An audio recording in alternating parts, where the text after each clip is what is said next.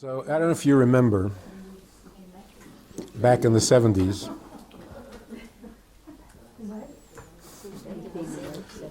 yeah, back in the 70s, people were searching. You may have heard about it.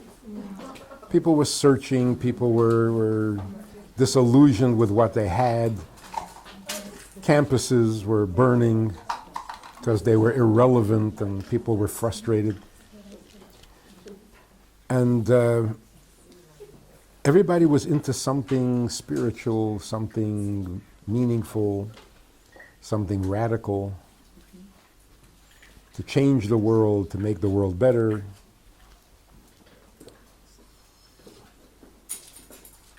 And then all of that was channeled into Yiddishkeit. So women who came to Beis Chana in 1970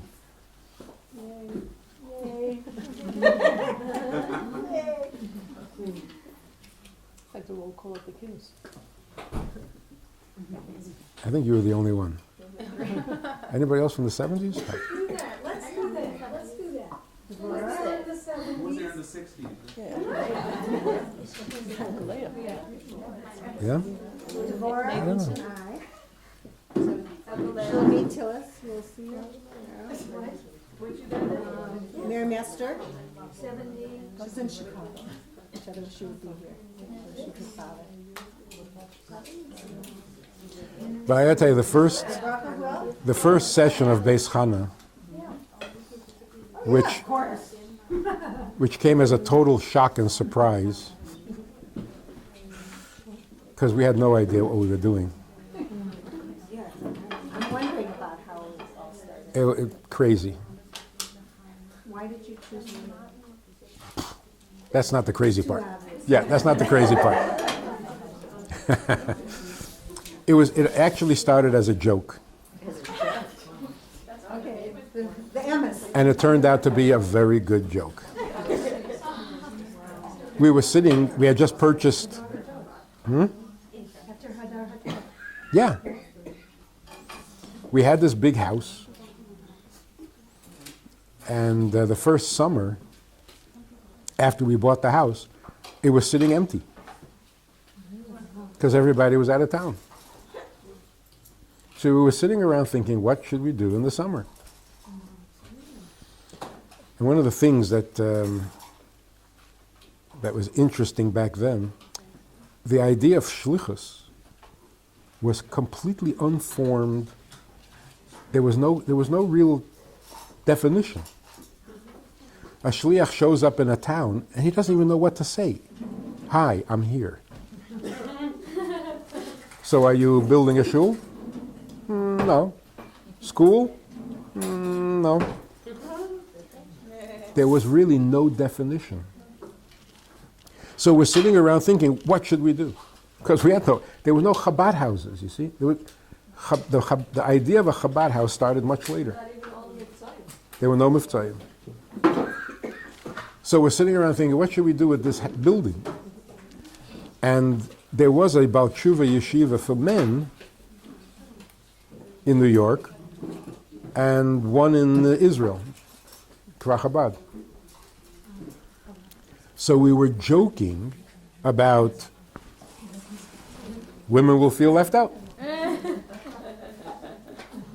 So why isn't there, huh? You said, who are these guys going to marry? Who are these guys going to marry? So we said, why don't we do one for women? Only for the summer. So without thinking too much, we sent out these little flyers to 6 campuses in the Midwest, inviting women to come stay at the Chabad house.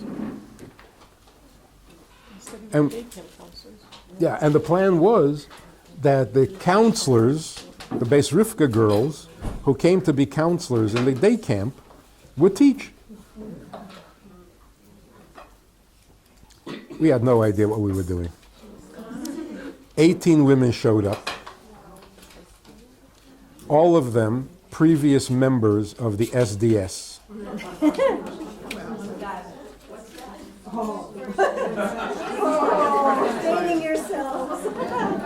Students for a Democratic Society. These are, Organization. these were the ones who were burning down the campuses. You were there? They marched in like stormtroopers, angry at the world because they couldn't stop the war in Vietnam. And they the flyer said, come find the purpose in life or something. And you know the purpose in life?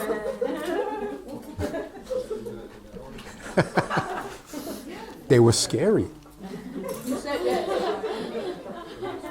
One woman, I remember very clearly, she was wearing combat boots. Not kaviyachol.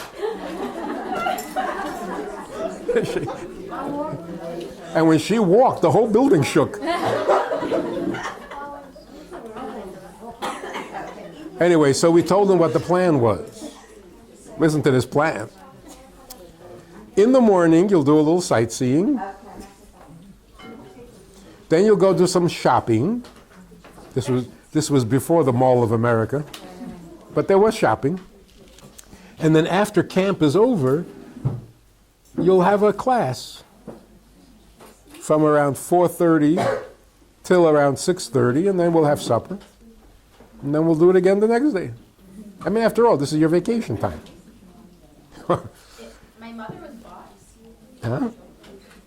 That's how I was born. I went to the Minnesota camp. In the 70s. Yep.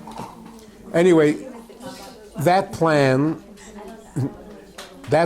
was totally unacceptable. Thank you, round of applause. That's very beautiful. That's your birthday present, brother. She told me. Huh? That's your birthday present. They said, we don't do sightseeing. And we don't do shopping. We're here to learn. Everybody ran out of the building. They were intimidating.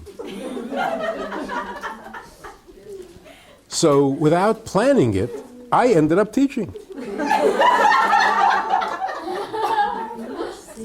And of course, I couldn't tell my grandfather that I was teaching women. That was like unheard of. You're out of your mind.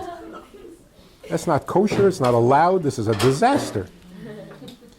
And when I say teach, literally, classes started around 9 o'clock in the morning and ended around 7 o'clock in the morning. Literally. And then I slept on the carpet for an hour and started all over again. They were insatiable. Questions and on, and everything was. So of course, you have to come up with something. Like, you know how to fix the world? We tried. You got something better? I had to come up with something better. They would. Stop you with your product. Exactly. So, out of fear for my life, so we learned, and it was unbelievable. I also learned a lot about political activism, about the corruption of the military industrial complex. So it was very good. 18 students. I think 17 of them became observant. So we said, we got to do this again. So the next summer we sent out the flyers, and 42 women showed up. But I knew what to teach because I knew all about the industrial military complex corruption. But they weren't the same people. They weren't the same people, and nobody was interested in politics. Nobody. They were interested in Buddhism. Almost every one of them had just come back from India, from Japan, from Tibet. Or the Minneapolis Center. Oh, yeah, right, Dr. What was it? Dr. Lev. You know, anyway. And they wanted to know, what have you got to offer that Buddhism doesn't have? They were Jubus. Jubus. So I don't know how much they learned, but I got to know Buddhism.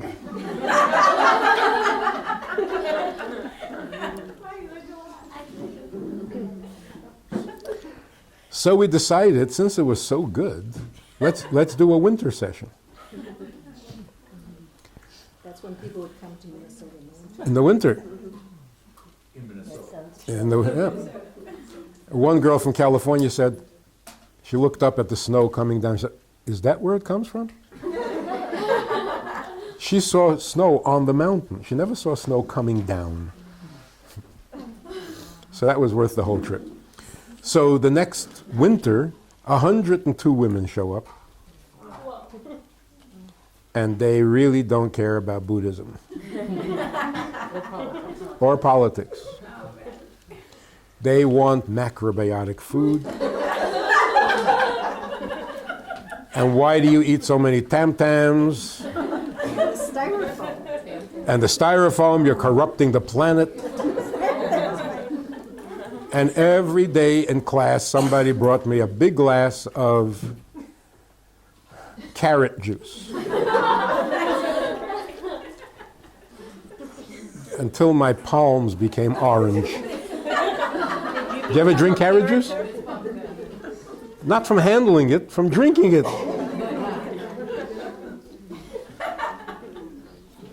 So every year, every session, we had 2 sessions a year.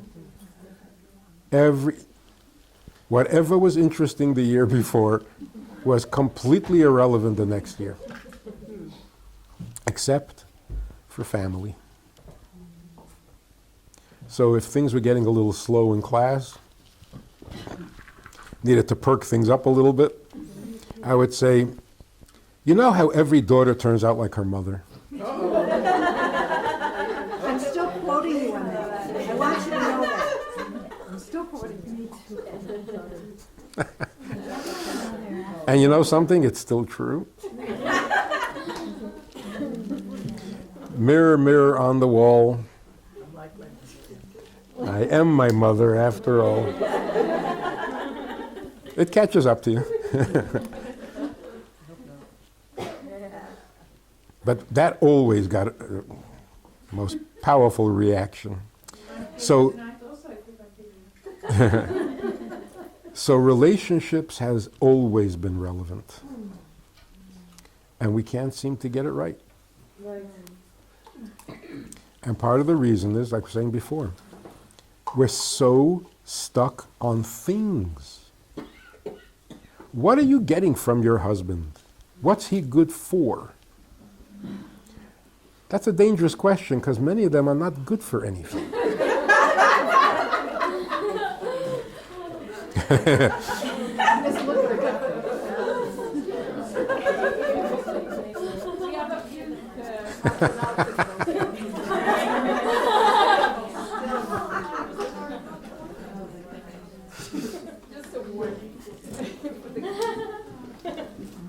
I'm cool. So if you're really hung up on things, it's not good for the relationship. A relationship moves away from things. You choose a person based on things. Character traits, habits, beliefs, opinions, family, a lot of things. But then as the relationship grows, those things fade. Actually make a decision around those things, because it's pretty much, there's always gonna be, something wrong, and stopping you from being able to decide, still got the right thing.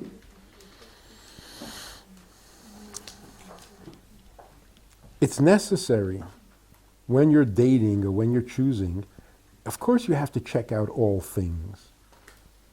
Because if there's something you can't get past, then the relationship is blocked.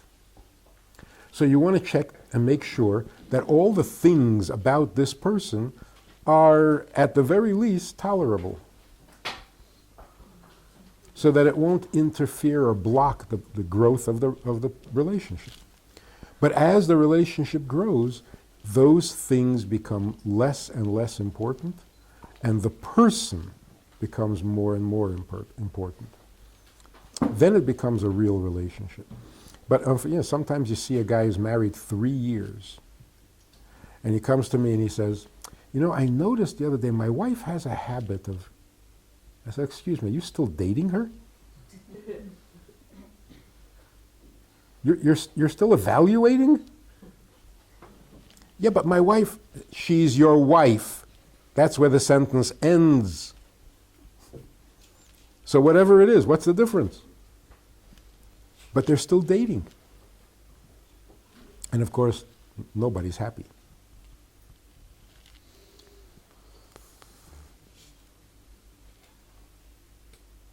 That's why if you're going to teach and if you're going to spread the emes,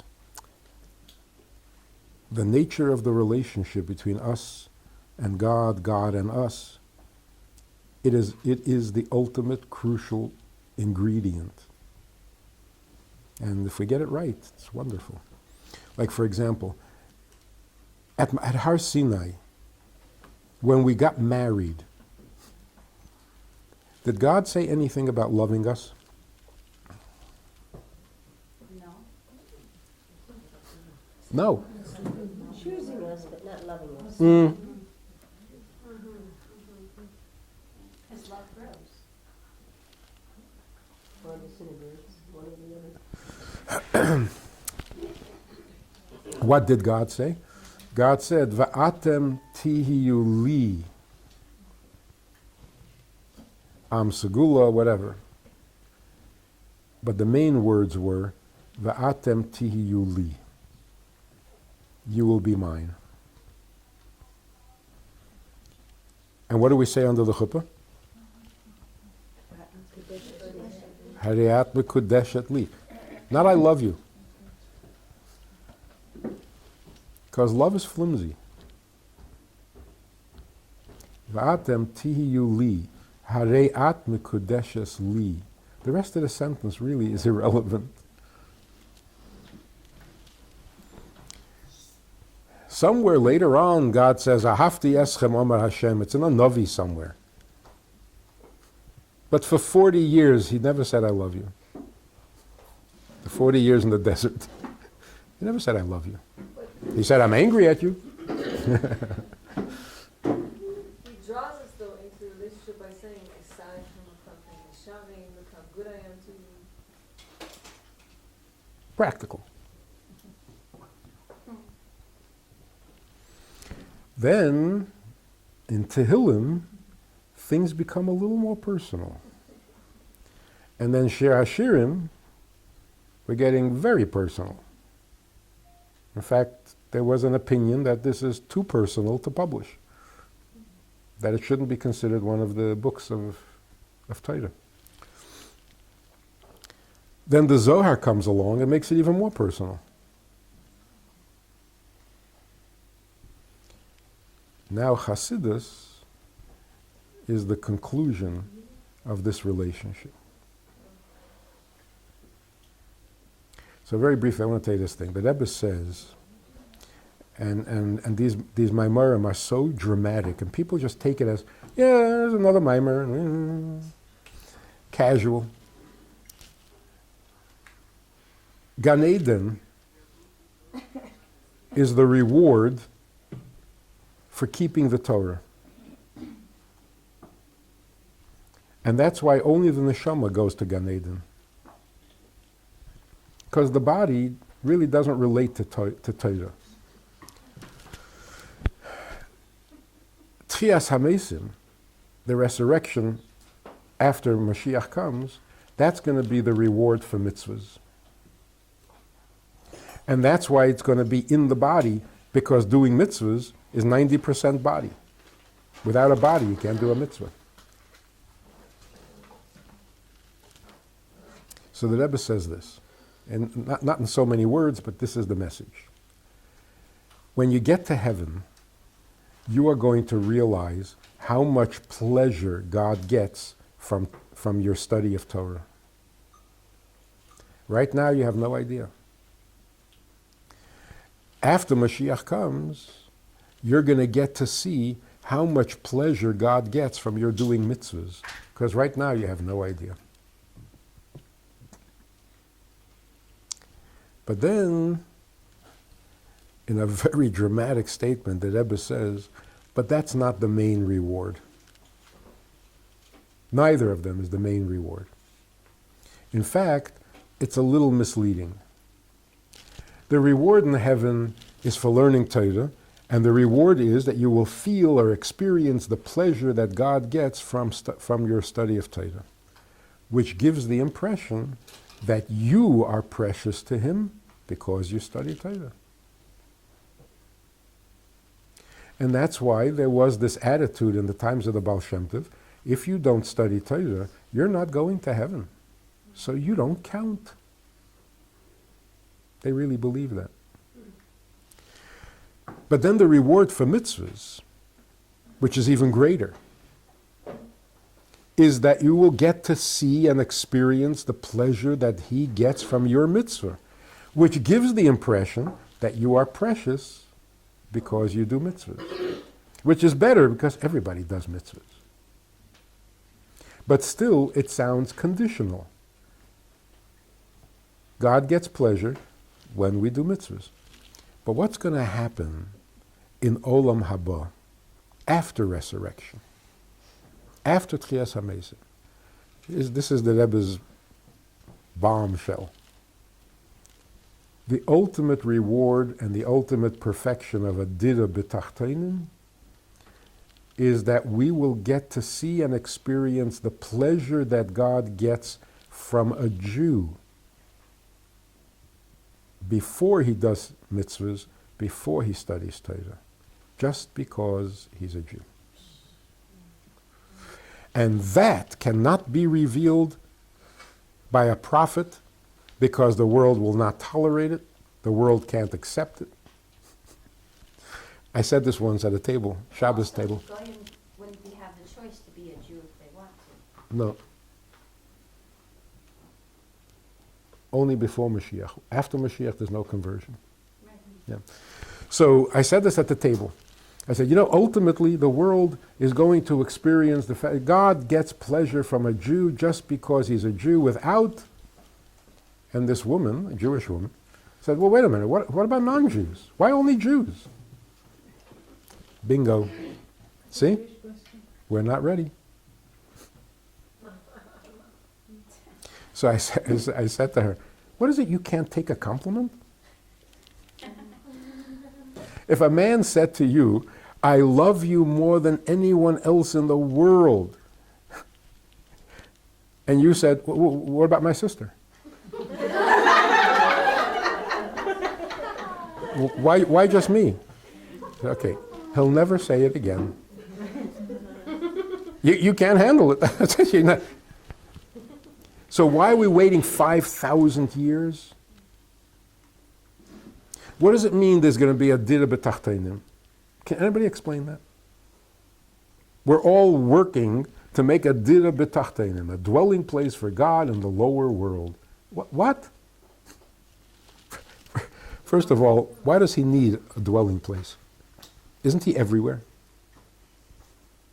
So I know where to go.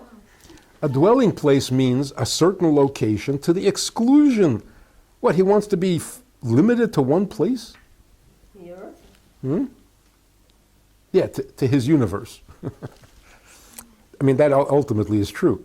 The whole universe will become his dwelling place. But why are you calling it a dwelling place? A dwelling place means a private place away from everybody else. That's not what's going to happen. So why do we use this?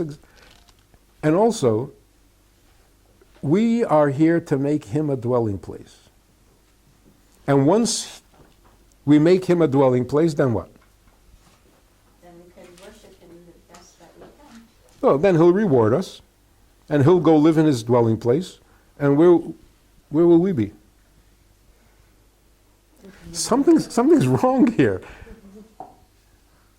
We'll be in spot.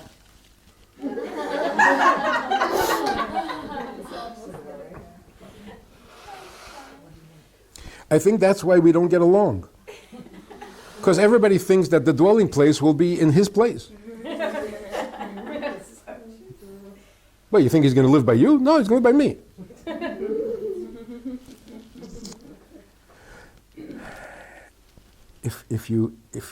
If we could bring back a little bit of the romance that has been lost. God has become too technical.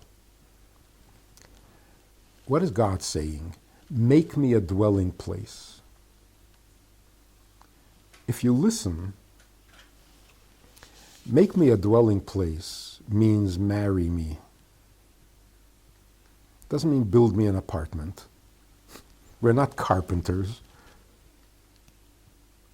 Who needs a dwelling place? Who needs a private place? We do. A married couple. If you're single, you live in a dormitory. So when God says, I created the whole world because I desire a dwelling place, you think he means an apartment? Or even a Beis HaMikdash?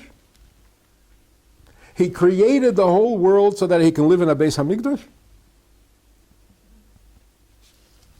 And we are simply contractors who are going to build him the Beis HaMikdash and then we can go home? Oh, he'll pay us, sure. There will be great reward. But that is so impersonal. So, in a delicate, sneezdike fashion, God is saying, the relationship we have needs a private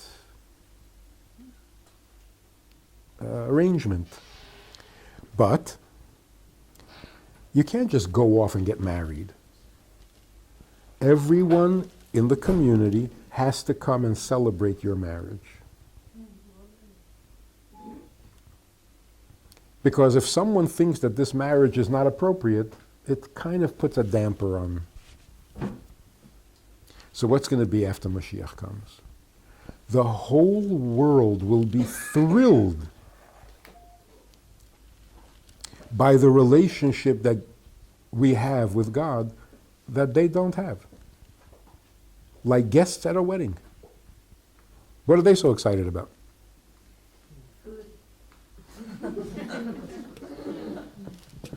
That they get to participate, and that's when there will be real peace in the world, when everyone is thrilled by the truth, by the reality that Yidden and Torah and God are all one. That's the Dira B'Tachtonim. So it's not that we're building him a Dira. We are the Dira.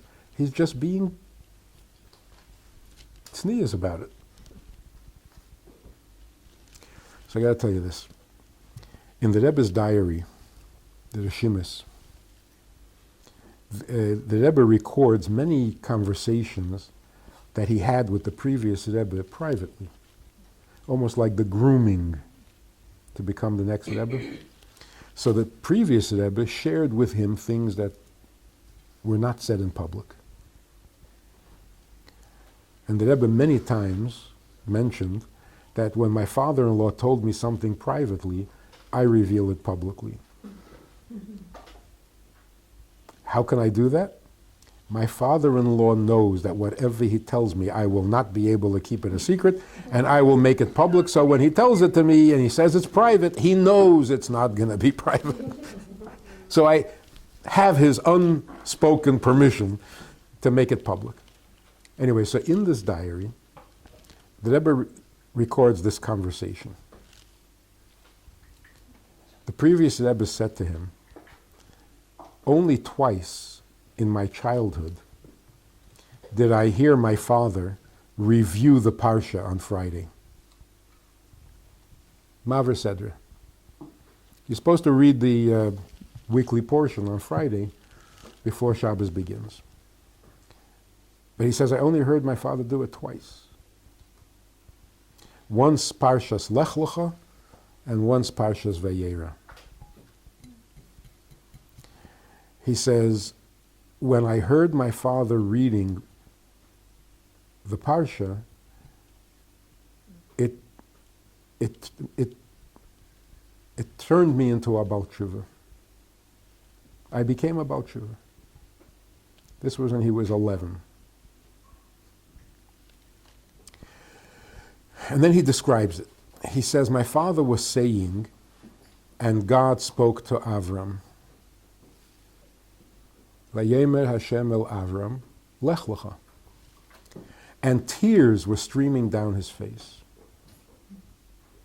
Tears of pleasure, of delight. I saw his body dissolving into the sweetness of godliness. Neimus elikus. That's it, that's the whole story.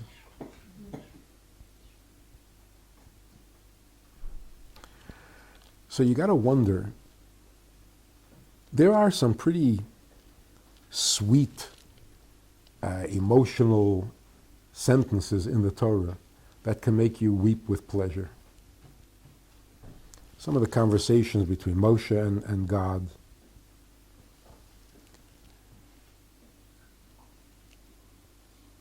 But what is he getting so emotional? God spoke to Avram. What's he crying about?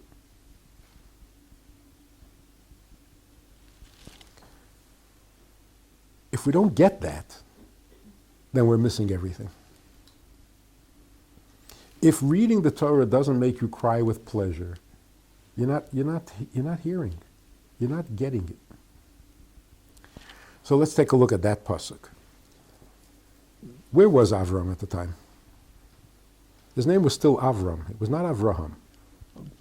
He was not in Israel. He was living in wherever. As we were coming through customs, the guy behind us starts a conversation. I say, where are you from? He says, from the other part of Turkey.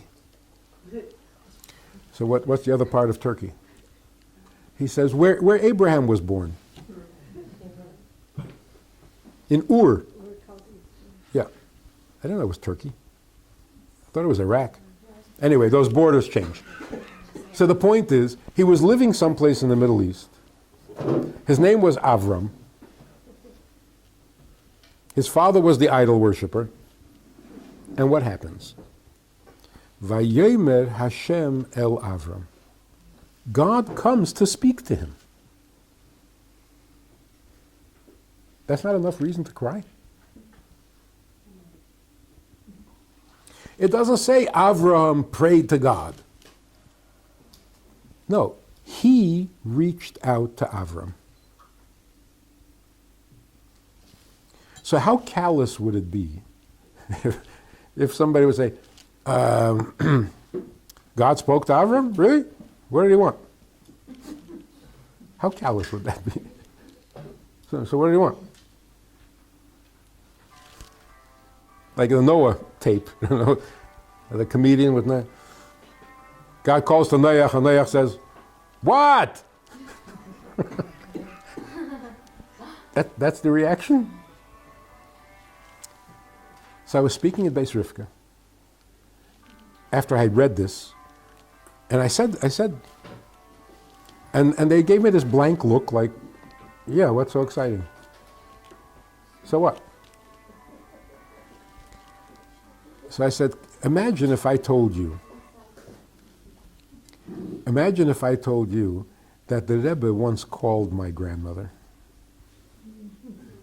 Wow. And you said, yeah, what did he want? I would never talk to you again.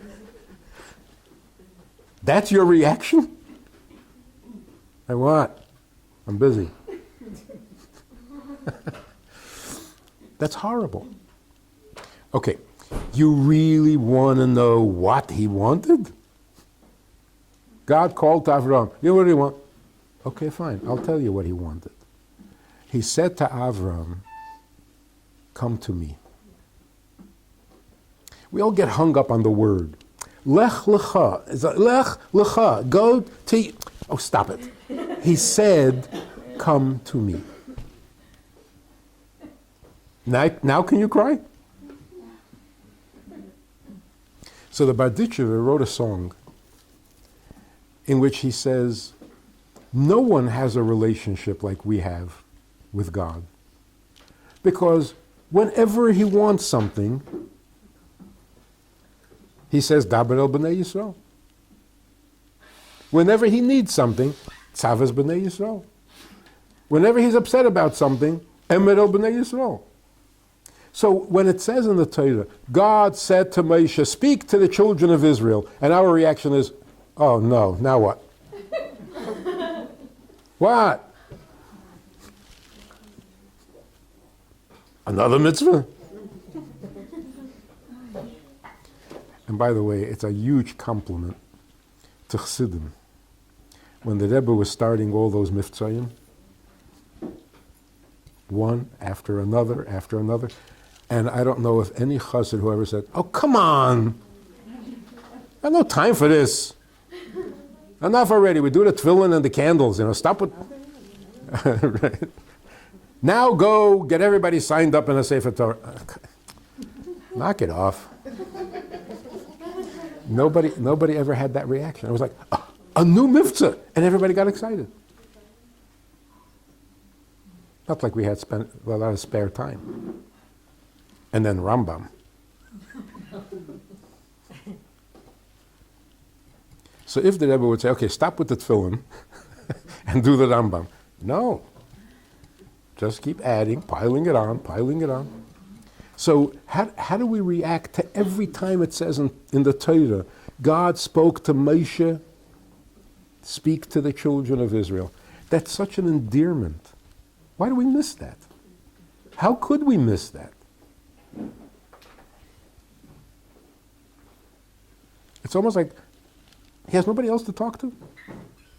No. He tried. Remember? He offered the Torah to other nations. So if we miss the romantic part of it, what are we doing? What are we doing? Being frum. That is the corrupting foreign ingredient in Yiddishkeit. Other people have religion, and they're religious about it. And all of a sudden, we became religious about Yiddishkeit as if it were a religion. This has got to go. It's killing us. So what then is Yiddishkeit?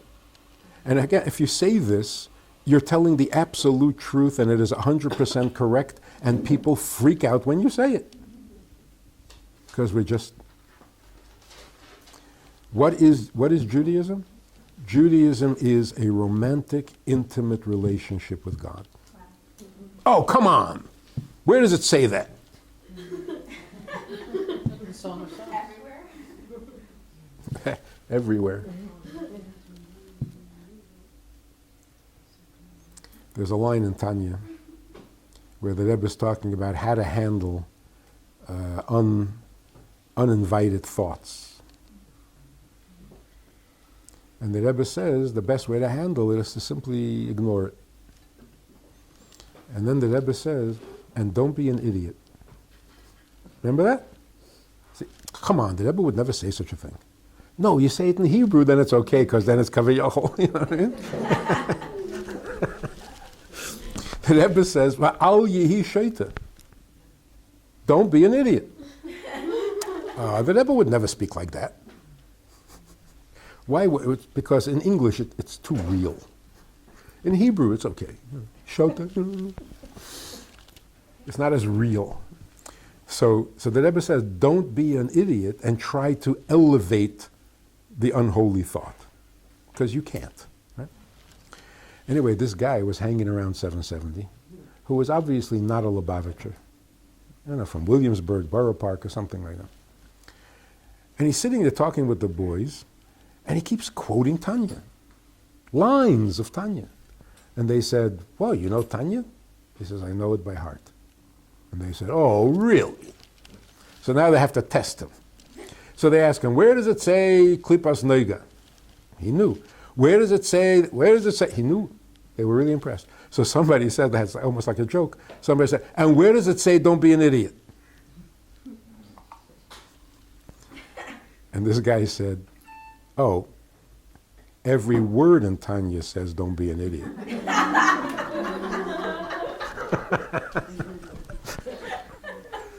That is so correct. He got it. He got it. So where does it say in Torah that God wants an intimate relationship with us? Where does it say that? First of all, it's not sneeze to say that. And on the other hand, every word in Torah says that. By not being an idiot, isn't that what it's implying? That if you don't see the romance of it, you are an idiot?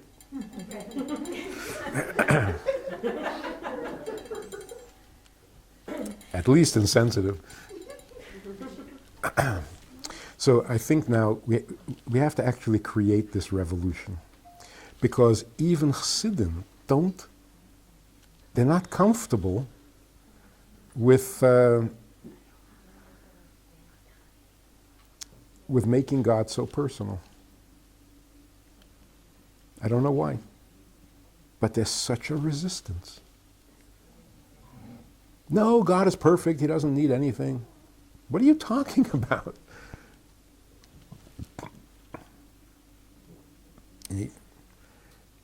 God needs? Doesn't need anything. I said, excuse me, did he create the world? Yeah. With a purpose? Well, of course. So that purpose is necessary or not necessary? He created for a purpose, but if not, it's also good. Well, you're making him sound like a baby. God created the world with a purpose, so he needs it fulfilled.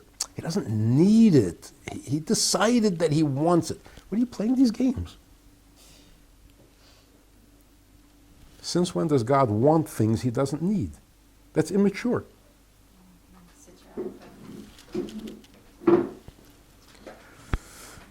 So then they start protecting God's perfection, like a lawyer. Oh, but he's perfect. He can't need. He can't need more perfection, but he can need you.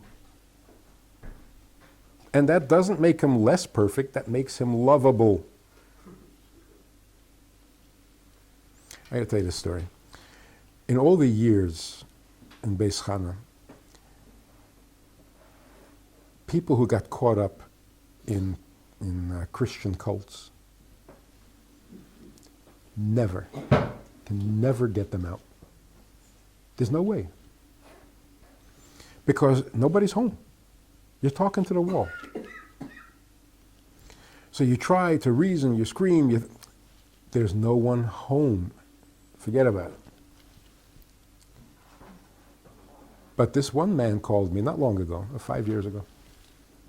He calls me up and he says, I live in Oregon, in a little town. There are no Jews. I don't want to tell you my name, but I'm a retired psychiatrist. And for the last 36 years, I've been practicing Christianity. But now, as I'm getting older, I want to feel connected to my people. So what can I do to feel connected to my people? So I said, get a pair of tefillin, and you'll put them on every morning, you'll feel connected to your people. He said, oh no, I can't do that. Because every time I try to do something Jewish, I've had a bad experience. Sounds weird, no? So I said, you know, nobody's Jewish because it's been a good experience. I don't know if you heard about it, but if you do what God needs from a Jew, you feel like a Jew. If you do what God needs from a non-Jew, you feel like a non-Jew. Pretty simple. He says, God needs? I'm not familiar with that. So I said, look, God is infinite in all ways. He says, yeah. I said, so he must also be infinitely vulnerable. So he starts to laugh. He says, God is vulnerable? God is almighty. So he really stepped into it, because he's a retired psychiatrist. So I said, doctor, are you suggesting that vulnerability is a weakness? This is their whole chiddush, you know, this is their whole Torah. So he got very flustered, and he hangs up the phone. Calls back a few days later. He says, I'm the guy from Oregon.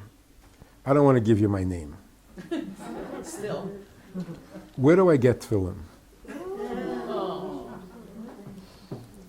So now I figure I'm going to give him a hard time. I said, why all of a sudden? He says, because Christianity is unacceptable. I said, after 36 years? He says, my professional background doesn't allow me to accept the message of Christianity. I said, but 36 years? He says, let me explain this to you.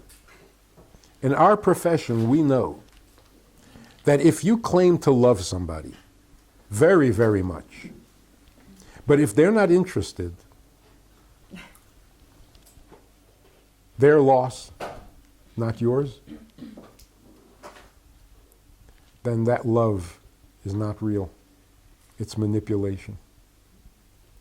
There is no love without vulnerability. And what does Christianity say?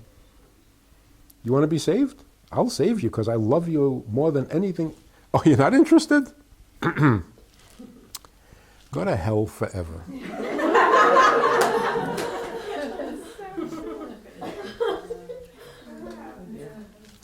See, that's why those guys who knock on your door are so annoying. Because they're so polite, they're so well dressed, they have good manners, and they're coming to give you good news.